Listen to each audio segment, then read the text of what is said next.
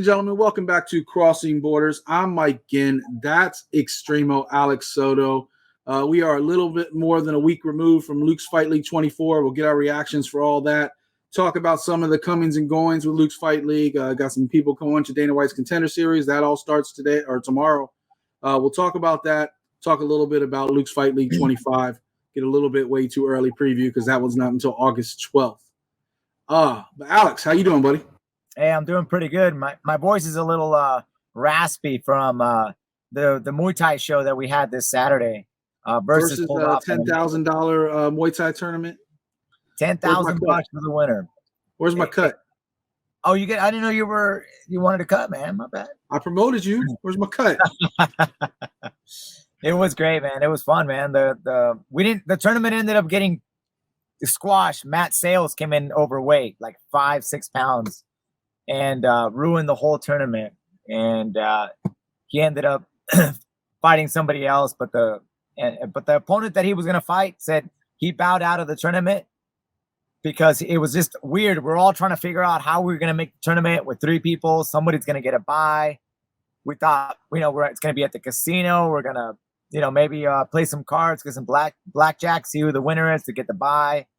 But we just couldn't come to an agreement until finally one of the fighters said, okay, I'll back out of this one and I'll fight the winner on the next event. We're like, okay, sounds good.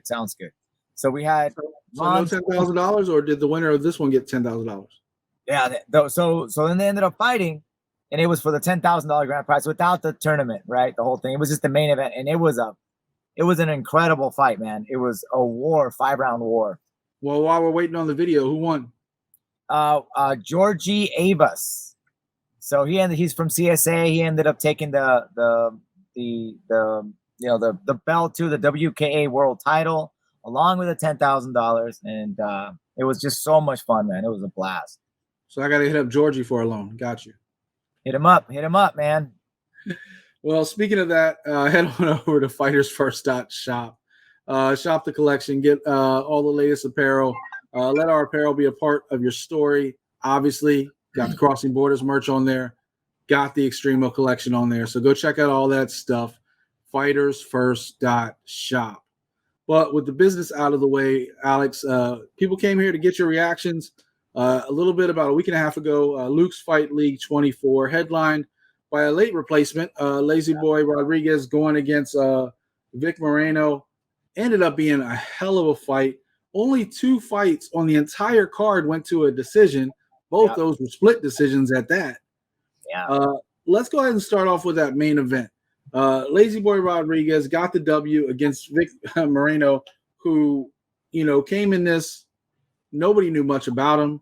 We knew he was tough. He actually showed up and showed out and almost won this fight. What happened?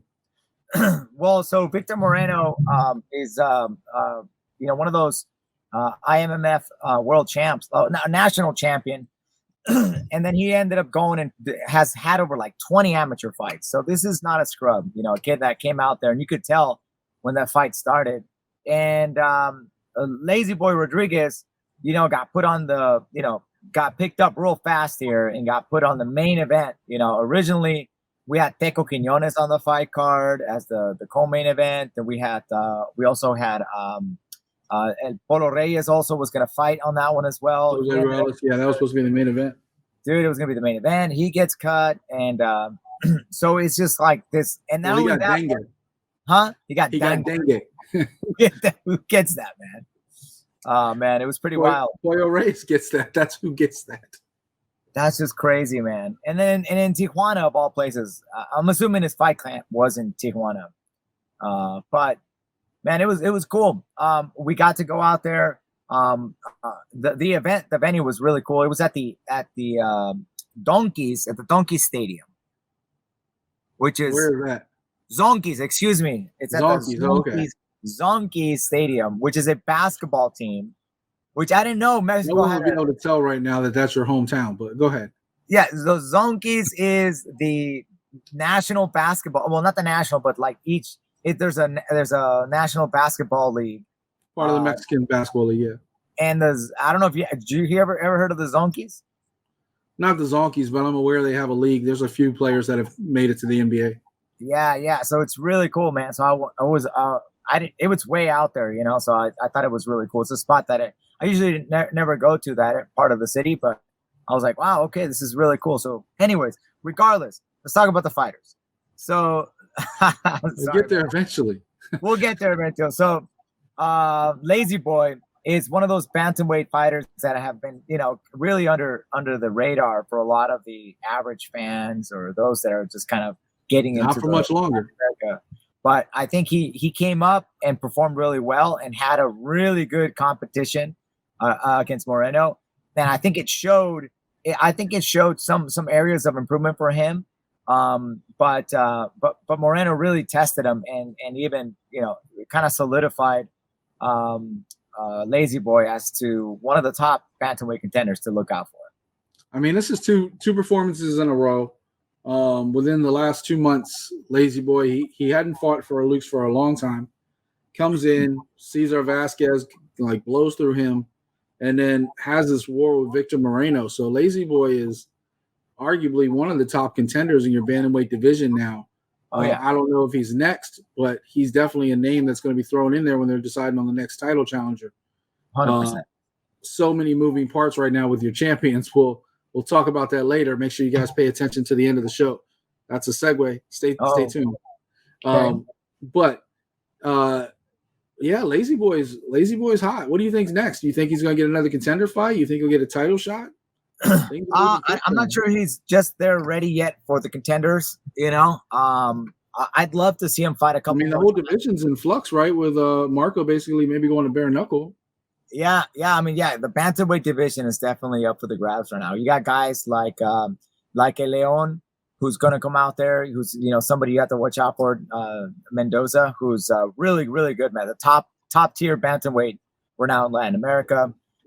All right, folks. Sorry, we had a little technical difficulties. We've been kind of bouncing around. Alex had something. I had something. He's pretending to be frozen right now. You were talking about David Mendoza possibly for Lazy Boy. Also, another name I'll throw out there for you. So David Mendoza, we talked about him.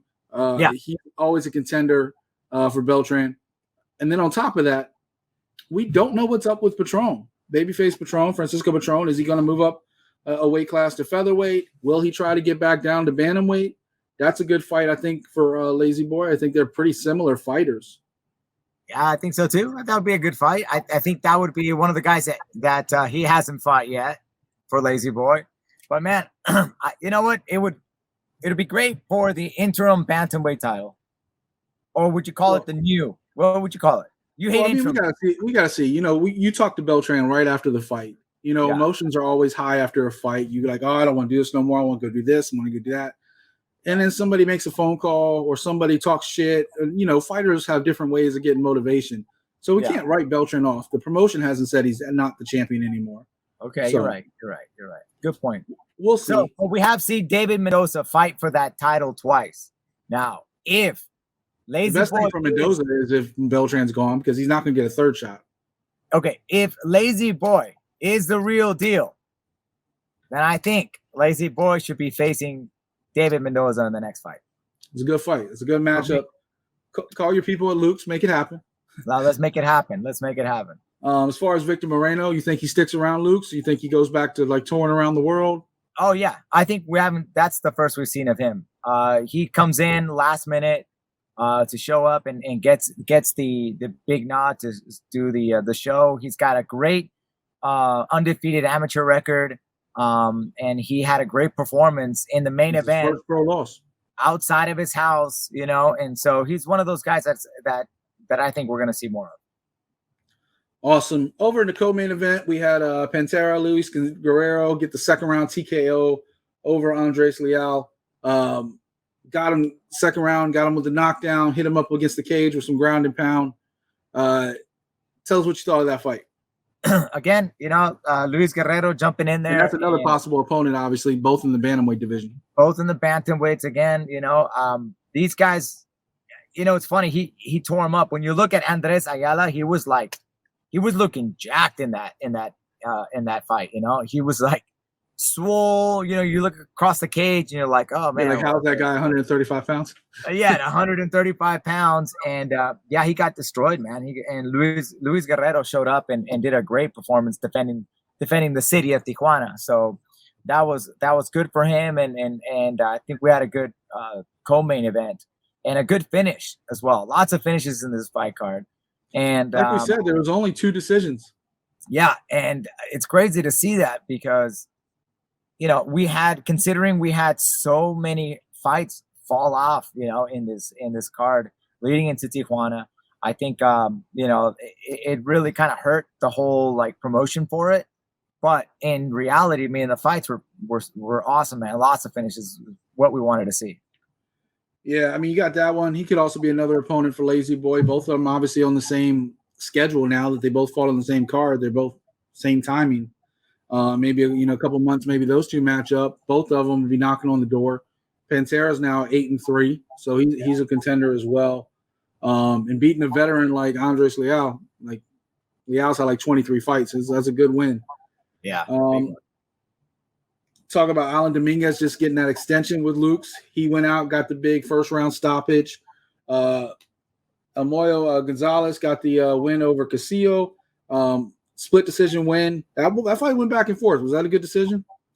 Oh man, I'd have to look back at the tape at that because you just never know. Because I'm so excited sitting cage side, calling out the shots, and sometimes we're talking about we have that mentality of like trying to score the bout, but really we're it was going back and forth, and I was kind of rooting for Uriel to win this fight because he's the younger brother of Cossio. Cousin, right? Yeah, I don't know if they're brothers or cousins. I think they're cousins. There might be cousins. I could be wrong. He was cage side for him. Let me double check on that. I thought they were brothers, but nonetheless, like I was rooting for him because he fights just like him. It's just he's had such a bad wins 1, loses 2, wins 1, loses another one, and it just hasn't had a really good outing with the promotion. But so I'll say from the outside looking at the fight, I thought it was a good decision. Okay. I was actually surprised when I heard one of the judges give it to Cossio in the split decision. I was like, what? Oh, because he had moments. Don't get me wrong. Uriel had moments. Yeah. But I just thought González did way more for most of that fight. I was actually shocked it even went to a decision. But I was like, whenever you see a split decision like that, same thing with the main event, really, though. I don't think the main event should have been a split decision. But right. Same thing when you see that. Like, you kind of wonder, like, well, somebody else saw it a different point of view. So let me ask, am I the only one that sees it this way? Because MMA judging will make you crazy. Yeah, no. We've had some really interesting calls and interesting split decisions. I think you're right. I was just saying I was rooting for Uriel to win the fight. I really wanted him to win. He didn't. He came short, and I'd agreed with the decision. Was it a split decision? I don't know. I'll have to take a look at it again with different set of goggles. I'm looking to put a really interesting narrative to the fights. I'm to putting showing the facts of the fights and how things are moving and how I'm trying to get into the mind of each of the fighters and trying to kind of highlight those when that was a weird fight anyway too. 140-pound catchweight fight. He kind of was the smaller fighter a little bit anyway, but just a weird fight all around. I don't know if it does more or less for either guy coming out of that one, but it was a tough fight. I don't think. You're right. His record's kind of hurt right now. He's 6-8, but I don't think he loses any kind of steam because of a fight like that. And then also you got to remember who his brother cousin is.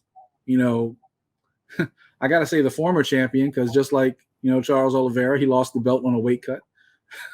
Yeah, exactly. I still can't believe that happened. Like the week right after Charles Oliveira, he turned around and did the same thing. It's a national thing, man. Same division. Crazy. There's MMA gods, man. They all work together. There you go. Diego Ortiz with the heel hook in the first round over Cerda. Villarreal with the submission, the arm, like triangle armbar over Uribe. Over on the Challenger Series, all those fighters came to make a statement. All 5 by stoppages. Vázquez with the submission. Lopez with the knockout. Which, by the way, so I want to get your quick opinion on this one. Yes. Was it a quick stoppage? Okay. So, because that ref got in there quick. You see that guy's. If you look at the replay, man, you see the guy's eyes like woo gone, man. Yeah. And Yeah, and then he recovered really fast. So he's hopping right back up. You're like, wait, like why was it tough? It's tough for a referee is going to see that, and he's going to say, okay, this one's over, right? And then he goes to stop it, wakes the guy up. The guy wakes up immediately. He's still energetic. The blood's still pumping. So I hate to say, okay, well, that was an early stoppage. Well, okay, it's another. But your eyes went fucking backwards, man. What are we gonna do about this? Yeah, you had to slow that replay down to see that one because, like, I didn't see it. I was like, I mean, it was a good shot. Yeah, it was a really good shot. The way the ref went in to stop it right away, I was like, did I miss something? Like, I didn't see the eyes thing. Like, I was like, because it had to be, because there's no way you stop a fight after a guy just getting knocked down. Yeah, it was a tough call. I think it was a really tough position for refs. There's just that's the game. Right? That's the game, man. Their job is to make sure that this guy comes back home to his family, and he went back home to his family. Lives to fight another day. Don't talk to me when a referee is like not stopping a fight, and then okay, we're not here to talk about Herdine, okay? If he dies, he dies. Oh my god! I hope Brandon's not watching this. I have to hear about this on Wednesday. Yeah, exactly. Anyway, shout out to Alexis Miranda. He said he was going to come in, make his pro debut. He was going to get him out quick. He did, first round knockout. And also, you don't have too many welterweight contenders. We talked about the welterweights and middleweights. Not a lot of guys that size in LUX, so you got another guy to kind of take a look at. And then he's also another 170-pound guy, welterweight guy that you don't see a lot of big guys in LUX Fight League. Him, Bam Bam's now pretty much off. We'll talk about that in a few minutes. So you got another bigger guy to kind of get a few eyeballs. It's going to be tough finding fighters for him, but, he said he was going to come in and do what he did, and he did it. Dana Garcia with the rear naked submission. She goes to 4-1. And then also another Alejandro, one Toro Corrales with the TKO over Gallon to open the night. Great night of fights. What were some of your highlights from the card before we move on? I love the return of Alan Domínguez. I thought that was really good performance. I thought a really, really, next level stuff for him. You can see he's constantly improving. So that's really good. Huh? He's gotten way better since the first time we started talking about him, early in the show. Like he was like, okay, this guy could be, but he's kind of like just a tough fighter. Now he's a contender. And I'd like to add too, and I mentioned this in the broadcasting, it looked like he gained like 10 pounds of muscle. Like he got great. He got jacked up for this fight, and he's got to show off for Sarai. Exactly. So I think he's gonna be. He's getting better, man. He's fitting into his shoes now. He's got to step up. His girl got the title. Now he's got to step up. He can't be the only one in the family without a title. Yeah. He's working his way back up for a title, man. I'm telling you. I mean, I wouldn't be surprised to see him the way they're pushing him. I wouldn't be surprised to see him and Sergio go toe-to-toe for that belt again. Obviously, the title is technically vacant, so who knows? But I love to see Cossio. Yeah, man, I love to see Cossio get that Dana White Contender Series, man. What's up with that? Well, he's gonna have to make weight his next fight before they give him a chance for that. Ooh. He really screwed himself with that. Man, that's just something you're coming up with. That's not a rule. Oh, come on. Dana just dealt with this with Oliveira. He's not going to go pick up another fighter who's doing the same exact thing. I mean, but he missed it by like.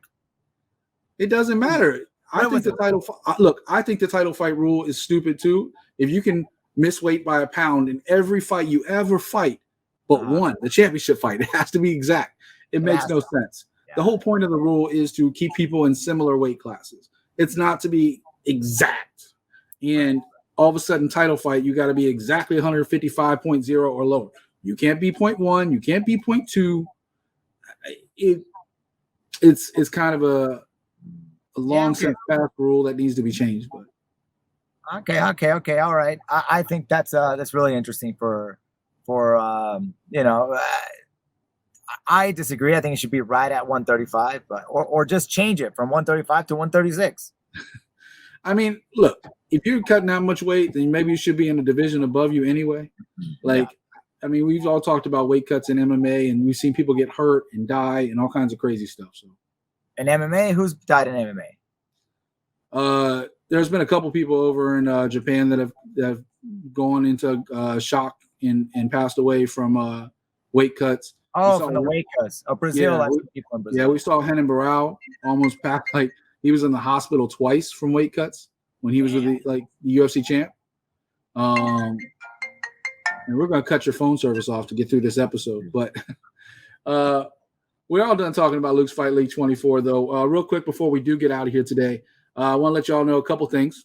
Tomorrow, they did the weigh-ins today, but tomorrow, Dana White's Contender Series, talking about LUX Fight League champions, Alessandro Costa, Nono Costa. He's making his Dana White Contender Series fight tomorrow.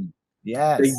They just announced that your featherweight champion, Eric King Silva, who just won the title like a month ago, he's going to be fighting on August 9th on the Dana White Contender Series. Damn, and, of course, we know Bam Bam Valenzuela, he's on August 16th.